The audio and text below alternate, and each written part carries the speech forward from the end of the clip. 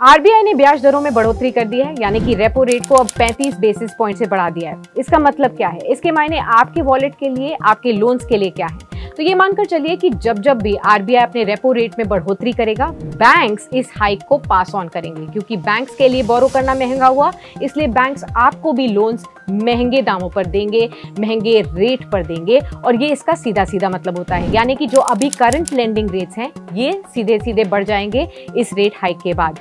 EMIs, अगर आपके पास कोई कार लोन है उसके ऊपर बढ़ सकती हैं, होम लोन है उस पर बढ़ सकती हैं, पर्सनल लोन्स हैं तो भी बढ़ सकती हैं। ये देखना होगा कि आपने किस रेट पर लिया हुआ है, वो फिक्स्ड है या फ्लोटिंग रेट है।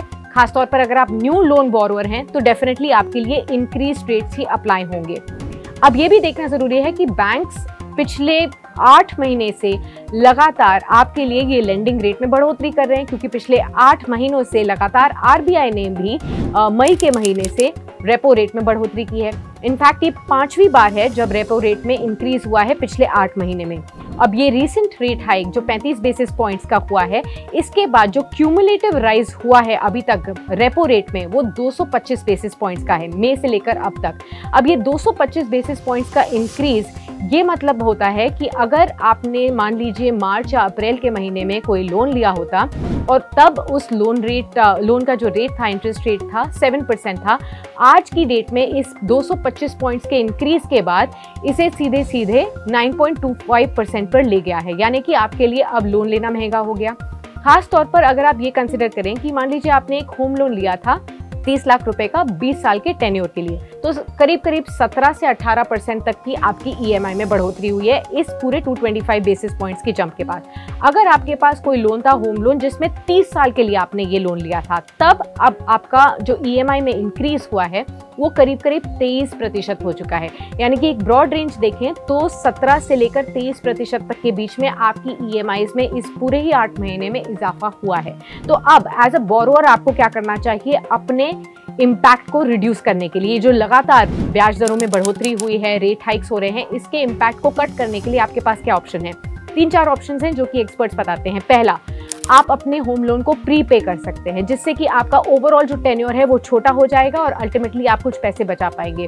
एक्सपर्ट्स का मानना है कि अगर आप मान लीजिए 5% तक का लोन बैलेंस हर साल प्री पे कर देते हैं, तो आप 20 साल का लोन 12 साल में ही खत्म कर सकते हैं, जिससे कि आपके ऊपर काफी बर्डन कम हो जाएगा।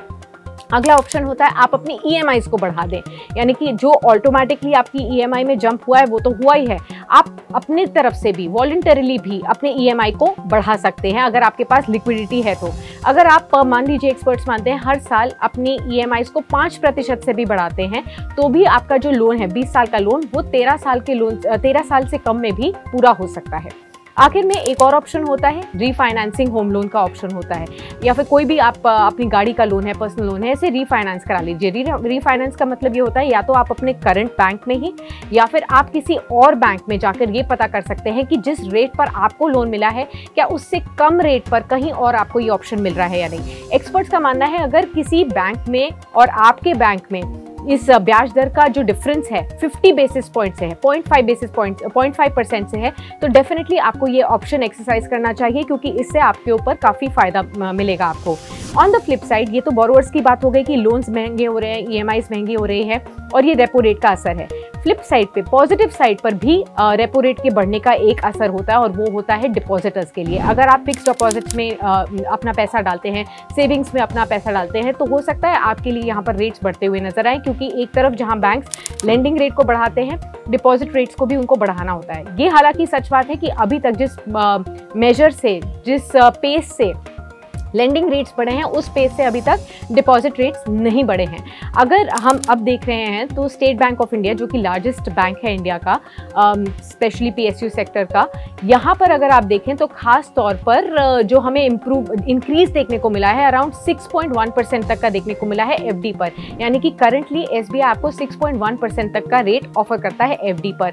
इसके अलावा भी हमने ये देखा है करीब 40 बैंक ऐसे हैं जो कि इस समय अलग अलग टेन्योर्स के हिसाब से एफडी पर 7% से ऊपर तक के रेट्स आपको ऑफर कर रहे हैं।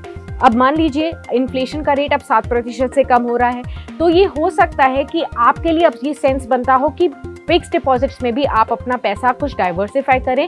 यहाँ पर निवेश करने से भी आपको बेहतर रिटर्न्स मिल सकते हैं। हालांकि ये जरूर चेक करना जरूरी है आपके लिए कि आप कौन से टैक्स ब्रैकेट में आते हैं। अगर जीरो टैक्स ब्रैकेट में आते हैं तो डेफिनेटली आपके लिए मेक सेंस करता है कि आप फिक्स डिपॉजिट्स के रेट में फिक्स डिपॉजिट में अपना पैसा रखिए, क्योंकि अब इन्फ्लेशन के दर से बेहतर आपको कहीं कहीं ऑप्शंस मिल जाएंगे। इस करंट रेट हाइक के बाद भी फिक्स डिपॉजिट्स के रेट्स में बढ़ने की काफी उम्मीद जताई जा रही है।